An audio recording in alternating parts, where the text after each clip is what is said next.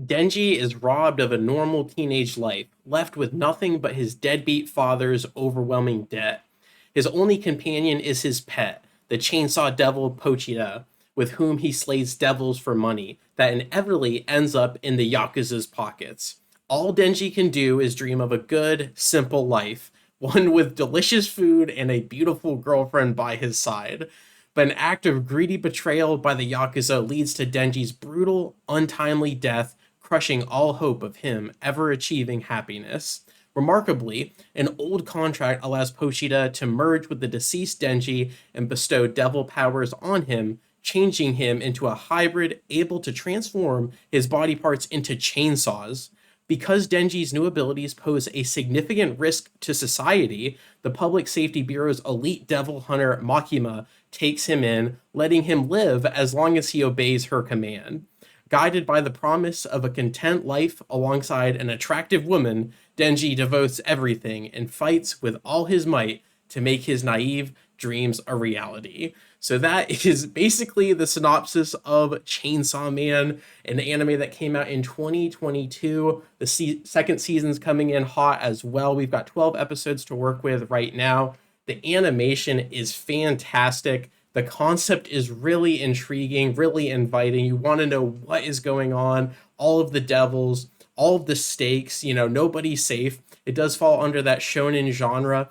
It is very gory, it's very intense. The action scenes are awesome. Like, it's got a lot going for it. I do feel like there is this elephant in the room though, because when you hear Chainsaw Man and you hear Denji, you instantly think, well, I'm gonna go to the supermarket and I'm gonna buy me some melons. And it's just kind of ridiculous. It really does feel like this show is almost written by two writers, to where one has a really focused story that's gripping, and it's like, oh my gosh, Denji's dad left him nothing. In fact, he has to pay off his debt, and he's losing all these body parts, and he's giving up so much just to try to crawl out from under the Yakuza's grasp that they have over him. And it's like, oh my gosh, you feel for him. He lost his dad, he has nothing, and on top of that he has less than nothing. And then you've got this cute and cuddly little chainsaw hot dog coming in from the side, his little companion, and you're just there for it, and it's investing. And then Denji's like, bro, my one motivation in life is to get some melons. Like, it's just kind of ridiculous, and you have such a serious, gripping tone. And then Denji's motivation is just so silly, so over the top, and so ridiculous. Because, like, as a dude, I understand, but, like, come on, where's the respect? There's got to be some line that we're not willing to cross when it comes to the female characters. I feel like the best female characters are the ones that get respected and get taken care of, just like the male characters do. So I'm sure we will circle back to that. But so that's going to be your main contention with this show. I feel like without the whole melon drama, if you will, it is really good. But there were multiple times I was trying to make it to episode 3. I had multiple close friends recommend this show, and the best part about this is they gave me the proper disclaimers. They laid the groundworks. They told me what I was, going to walk into, so I was prepared. My expectations were absolutely leveled. So when I got in here, I'm like, okay, there's going to be a lot of fan service. There's going to be some very weird, interesting motivations, and I might not be able to be as invested as I wanted to going in. So expectations were 100% leveled. There were about 3 different times that, working my way through the first 3 episodes, that I almost stopped watching. I was like, this isn't for me. I don't know if I can make it there. Even though I was told that it does get better. So I was like, but something kept me in there. The zone that you're in, the inviting environment, the tone of the anime, the mystery, all of the devils, the concept, it's the animation, the action scenes. There was enough there that kept me in there, wanting more, wanting to figure out what happened. So when Denji barks like a dog, I'm like, okay, we're gonna have to take that for what it is. So when Denji completely saves a girl just because she has some tatas, you're like, okay, we're gonna make it through this. Because then you get a cute little hot dog going, you know what, this contract, I'm gonna give you my heart. And it's just so heartfelt, it's so good. So there's just this constant tug and pull of, if you can make it through A, B, and C, you are going to cash in with X, Y, and Z. And I think that's exactly what happened. I was there, for the first 6 or 7 episodes, I'm like, you know what? The animation's fantastic. I'm still interested to see where they take this. I might not have been as invested as I wanted to be, but I was there. However, enter episode 8. Everything changes. Like, it goes from a good anime to a great anime in that one episode. Things get down to business. Everything gets so serious. It's hard to disservice a female character when everyone is dying. Like, it's that ridiculous. And man, I absolutely love where they took it by the end of season 1. I was so there. You've got Makima, this very intelligent and conniving woman.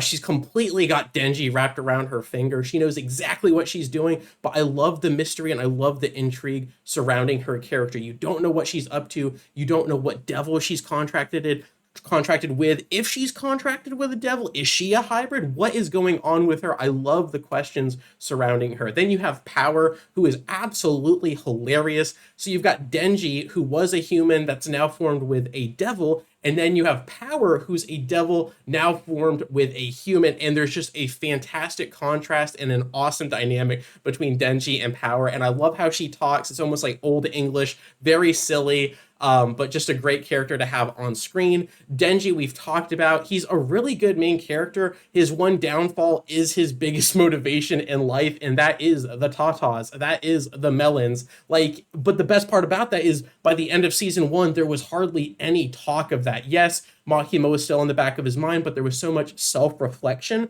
There was so much like, do I even feel anymore now that I'm kind of like a devil? If this person died, how would that make me feel? Would I feel anything? And those questions are so good and they keep you invested. And then you have Aki, probably the best character in the show. He's an absolute stud muffin. He's super cold and broken. His backstory is everything you'd want it to be, and you can't help but root for him. And he has a phenomenal dynamic with Denji. He also has a really good dynamic with Himino, another female character in the show. She's very interesting. She does play her niche very well. Like, they have a very specific role they want her to play, and she does it. And I'm telling you, this first season didn't pull any punches as far as stakes were concerned, as far as who is on the chopping block. People can and potentially will die in this first season, and I absolutely love that. It's one of the reasons why I love Attack on Titan so much, is because you feel that pressure. You feel the impact of what might happen, and people aren't safe. Like, that is just so good. That the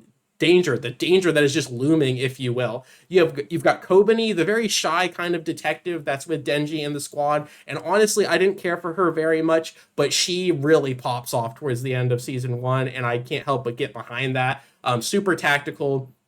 And then on top of that, you have Kishibe, kind of Denji and Power's trainer that comes in, kind of their master, showing them the ropes, and some hilarious, some heartfelt scenes with that. Some really funny scenes with Power thinking that they're a lot smarter than they actually are, and then him just kind of putting them in their place, which is awesome. But just so many different devils, so many different angles they come at that with the villains and the action scenes. The animation is gorgeous. And honestly, my one big thing is the melon theory, if you will. Denji's desire, his need to be with someone, a well-endowed female, if you will, is just so ridiculous, and it really doesn't feel like it fits the rest of the show, if I'm being honest. But thankfully, by the end of the season, it really isn't the main focus. So the main selling point, in conclusion, is if you can make it through the melons, if you can make it through Denji's deep desire to be with a female that has large breasts, if you can do it,